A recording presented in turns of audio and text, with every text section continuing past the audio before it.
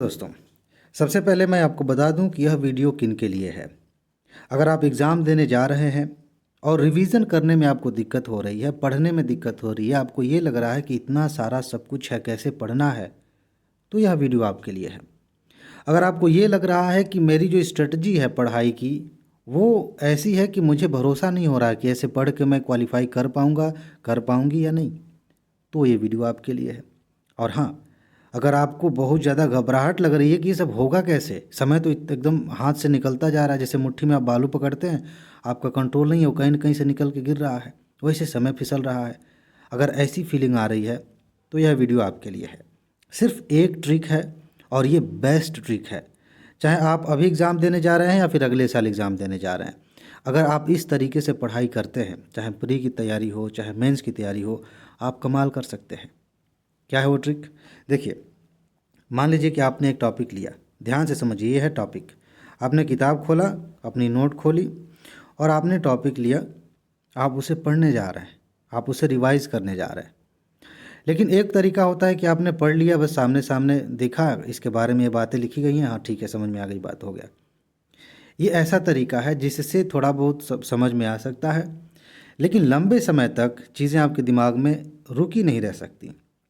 एक समस्या ये भी होती है कि आप याद करते हैं और आपको खुद पे भरोसा नहीं होता कि कब तक रहेगा। आपकी समझ पे आपको डाउट होता है और सबसे बड़ा डाउट ये होता है कि जिस तरीके से मैंने पढ़ा है क्या ऐसे क्वेश्चन आएगा, और यही से इसका सलूशन निकलता है। इस टॉपिक को पढ़ते समय आप अपने आप से पूछिए कि इस टॉपिक से किस तरह का प्रश्न बन सकता है। हम एक सीरीज़ शुरू करने वाले हैं आज ही से, रिवीजन सीरीज़, उसके बारे में बात करूंगा, बड़ा मज़ा आएगा। उसमें मैं बात करूंगा, इसी के अनुसार हम रिवाइज़ करेंगे। लेकिन आप अगर खुद से रिवाइज़ कर रहे हैं तो अपने आप से पूछिए कि क्या इस टॉपिक से फैक्चुअल क्वेश्चन बन सकता है।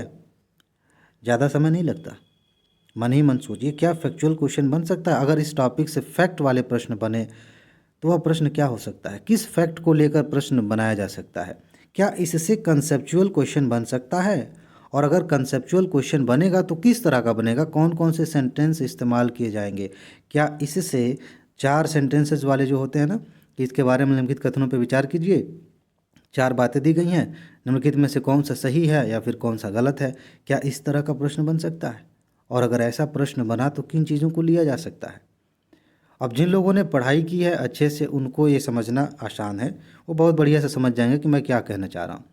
लेकिन जिन्होंने नहीं पढ़ा है वो यहाँ फंस जाएंगे कि हम कैसे जाने कि इस टॉपिक से फैक्चुअल क्वेश्चन आएगा कि कंसेप्चुअल क्वेश्चन आएगा कि वैसे लाइन वाले प्रश्न आएंगे, कैसे जानेंगे। आपके लिए एक उपाय है।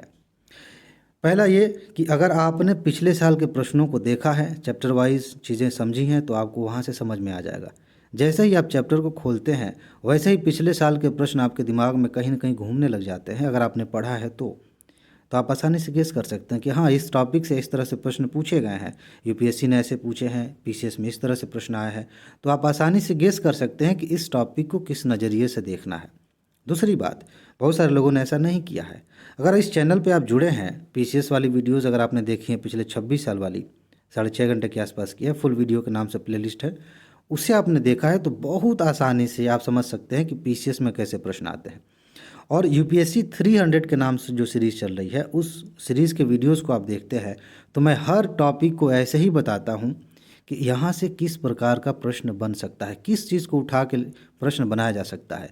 ये चीज़ें आपकी मदद करेंगी ये समझने में कि टॉपिक को पढ़ना कैसे है, रिवाइज कैसे करना है। अदरवाइज़ क्या है, आप सब कुछ पढ़ेंगे, बार बार रिवाइज करेंगे, दिमाग में कुछ भी नहीं आएगा।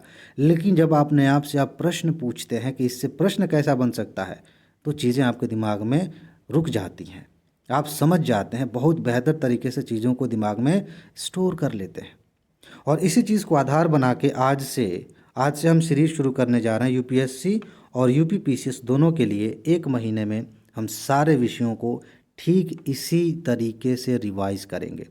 मैं एक एक करके टॉपिक वाइज आपको बताऊंगा कि इस टॉपिक को रिवाइज करते समय आपको कहाँ ध्यान देना है, कौन सी चीज़ है, कहाँ से प्रश्न बन सकता है, ये बातें हम करेंगे।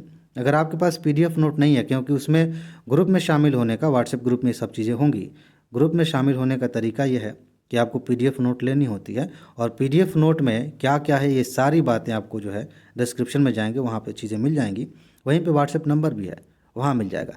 लेकिन अगर आप ग्रुप में शामिल नहीं होते, आप हमारे साथ रिवीजन नहीं करते, तो भी इस चीज़ को ध्यान में रखिए। आपके पास ज़्यादा समय नहीं है, बहुत अधिक समय नहीं है ज़्यादा कुछ करने का कि कुछ भी पढ़ लो, जैसे चाहे मर्जी वैसे पढ़ लो। ये सब नहीं करना है।